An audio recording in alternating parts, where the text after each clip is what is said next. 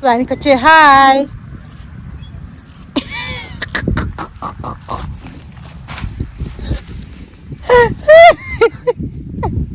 Zaman gaskiya ki daina hotunan in dai ba tura min zaki. Kaga ta bara ya tura maka ba.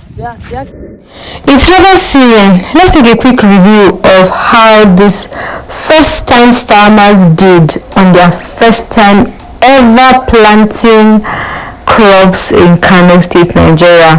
My name is Maria Habila. If I see my face or you hear my voice for the very first time, I make videos about agric entrepreneurship. I have agric investment company and I also run investment on agriculture and I have other forms of businesses. I'm determined to make money in Nigeria, and one of the most lucrative ways and an easy way to make money in Nigeria is through agriculture, and that's why I ventured into this. So today we'll be delving into the first time farmers experience with my friends who started their own farm in Kano State, Nigeria.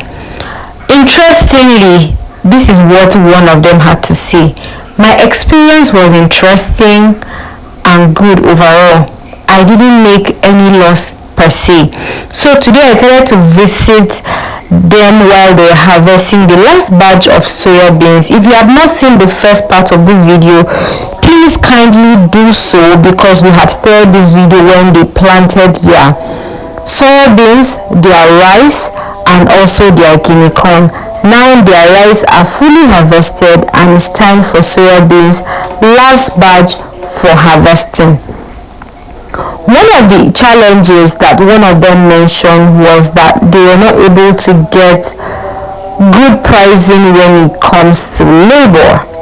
Most of these people believe, this one a rich man picking, you are coming from the city, so you have money to spare, and they would overcharge instead of charging the right amounts, and so they are able to navigate that by comparing prices. So if you're a first-time farmer who wants to go into farming, make sure you compare prices within your area. Talk to your neighbor on the farm. Oh, how much do you pay for weeding? How much am I supposed to pay for this? How much am I supposed to pay for that? Do you do labor by daily? How do you you give contract based on this is all the farm, do whatever you want to do, or what? One of the issues that soybeans has, if you've never farmed soybeans, is as much as soybeans is very easy, it doesn't require a lot of stress and all that. When it comes to harvesting, you can have a lot of undergrown, so like the other ones are ripe for harvest and the other ones are not, and then they turn out green. So these are some of the challenges that these people experience. Let me show you guys what it looks like in the bag. Can you see the green part that I'm talking about? These ones are the ones that did not do so well. They were not full up to, like they're not ripe for harvest, but everything had to be taken down because it was time for harvest. Let's go on to some of the challenges that they also mentioned. After it, people cheating them, overpaying the workers, and also Fulani affecting their productivity by throwing in their cows or leaving their cows into their farm to eat. This Fulani farmer header clash has always been in our history, and I don't think there's a way we can stop it. We just have to find a way to manage it. We decided to take a tour around the farm to see how far the harvesting did, and trust me, the tons in this farm made sure that they entered all the parts of my socks. I was even stepping on them at some point, but these are some of the things. As a farmer, you should always get prepared to get dirty and visit your farm and do the work by yourself. There's no girl privilege here, and that is why most times when people see me go to the farm, I like to wear shoes, because if something bites me, I feel lie down there, they cry. I'm not used to those kind of things, but we decided to check out. This is our beautiful guinea corn. And then one thing about harvesting is, as much as you want to do your due diligence and clear and make sure you have the best seeds to plant and all that, when it comes to harvesting, we'll still have to leave some behind. You cannot harvest everything, and we'll talk about that subsequently. So one of the best parts for him, according to one of the first time farmer, is harvesting, having to see that So I planted half bag and now I'm getting 8 bags. It's really very interesting. Like I mentioned earlier, make sure that you get the best of seeds. Don't do first or second generation planting. Make sure that you get seeds from reliable sources. IITA are very good with seeds, especially for soya beans. I don't know what other one. I think rice and groundnuts too. Now when it comes to soya beans, take a look. These are like the healthier version, right? So when you want to plant soya beans, you can go and buy those already packed ones. Those ones have more tendency of producing better yield. With that being said, you cannot harvest everything on your farm. The animals and the birds and human beings will still come and still get a thing or two. That is the blessing of farming. So one of the issues also raised by these first-time farmers, should we call them virgin farmers? I don't know if that is appropriate, but it is what it is. This is my channel. I will say anything I want to say. The best part for him was harvesting, but it is advised that you should not have an estimated cap on what you can invest due to inflation and other things that can happen to your farm. For example, you budget, this farm, I spent 600,000. By the time you start, you now realize, yay, I'm reaching 2 million naira. How? From 600 to 2 million. It is very difficult to stick to a tight and rigid budget when it comes to farming. Another very important aspect of farming is make sure that you are on ground. This is one of their biggest mistakes that they shared. So the first time they harvested their rice, it did really well. But subsequently, when they harvested the second batch, they just felt like, we can trust them, it's okay, and they realized that they got lower yield. Now it could be that the fertility of the grounds are very different and that is why this happened, but it could also be that they were cheated and they stole from them. In order to avoid this kind of scenario, I hear before one two die, it's better you are there so that you know how much, you know what you planted, you know what was harvested, and you're able to go through it.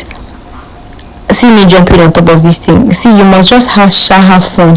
And one good thing about it is you can sell these rice straws, to those who rear horses and other animals, even cows. One of the other issue that he mentioned was harrowing and plowing.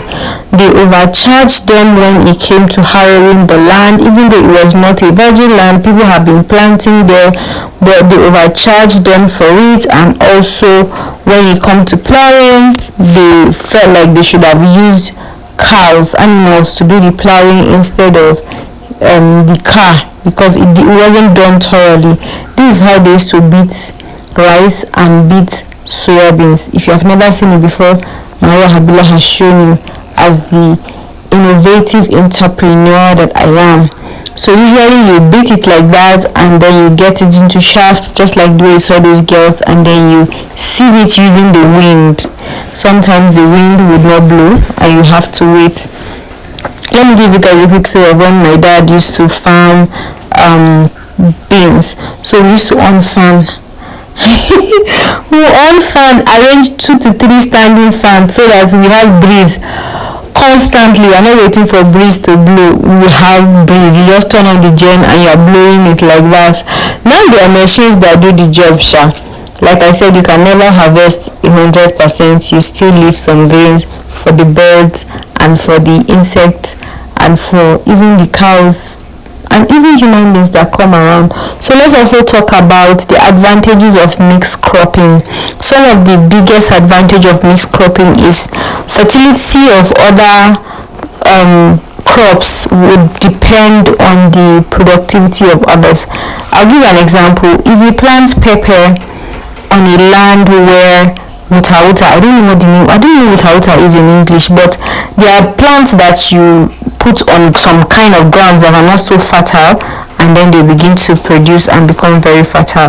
Like this rice now is ready for harvest, and when it's time for harvesting, please come and harvest as early as possible. One of the challenges you will face is by the time everybody around you has finished harvesting, you will now be the only one fighting with Fulani people. And when nobody's there, Fulani people can actually enter into your farm. But this is what a ready to harvest ripe rice farm looks like.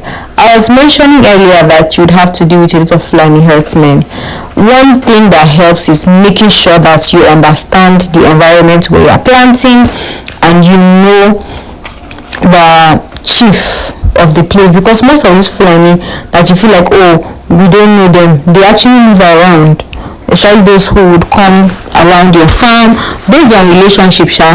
Some people will come and take permission. When we are done, we can we put in our animals to graze and all those kind of things. But if that's not done, you are going to be in serious trouble. And please make sure, like I said, you know the chief, you are familiar with those who live in that particular village, because it will help you to be able to navigate all of this. Now, one of the other big mistakes that they made was they didn't read timely, and these are some of the mistakes that you would make as a first-time farmer. It is okay to make mistakes, but try to improve on them. Now, overcrowding of beans and overcrowding of anything can also reduce the yield. So that's one of the mistakes that they made, and not being present during harvest. Let me know in the comment section, how was your first experience as a first-time farmer?